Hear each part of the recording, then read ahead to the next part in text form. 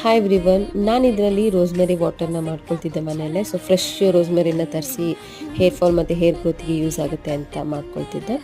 So ಹಾಗಾಗಿ ಒಂದು ಕಪ್ಪಲ್ಲಿ ನಾನು ರೋಸ್ಮೆರಿ ಹಾಗೆ 1 ಸ್ಪೂನ್ ಲವಂಗನ ತೊಗೊಂಡಿದ್ದೀನಿ ನಾನು ಇದರಲ್ಲಿ. ಸೊ ಫಸ್ಟಿಗೆ ಒಂದು ಪಾತ್ರೆಯಲ್ಲಿ ನಾವು ಇಟ್ಬಿಟ್ಟು 1 ಲೋಟ ನೀರನ್ನ ಹಾಕಿ, ಅಂದರೆ ಈ ಕಪ್ಪಲ್ಲಿ 1 ಲೋಟ ನೀರು ಹಾಕ್ಕೊಳ್ತಿದ್ದೀನಿ ನಾನು.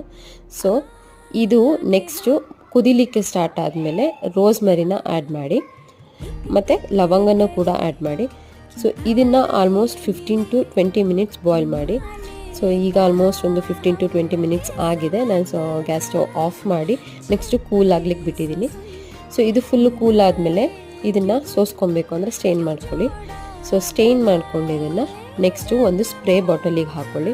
ಸೊ ಸ್ಪ್ರೇ ಬಾಟಲಿಗೆ ಹಾಕ್ಕೊಂಡು ಫ್ರಿಜ್ಜಲ್ಲಿ ಇಟ್ಕೊಂಡು ಇದು ಆಲ್ಮೋಸ್ಟ್ ಒಂದು 15 to 20 ಡೇಸ್ ಯೂಸ್ ಮಾಡ್ಕೊಳ್ಳಿ. ಎಷ್ಟು ದಿನ ಆಗುತ್ತೆ ನಿಮಗೆ ಅಷ್ಟು ದಿನ. ಸೊ ನಾನು ವೀಕ್ಲಿ 1 or 2 ಯೂಸ್ ಮಾಡ್ತೀನಿ. Thank you.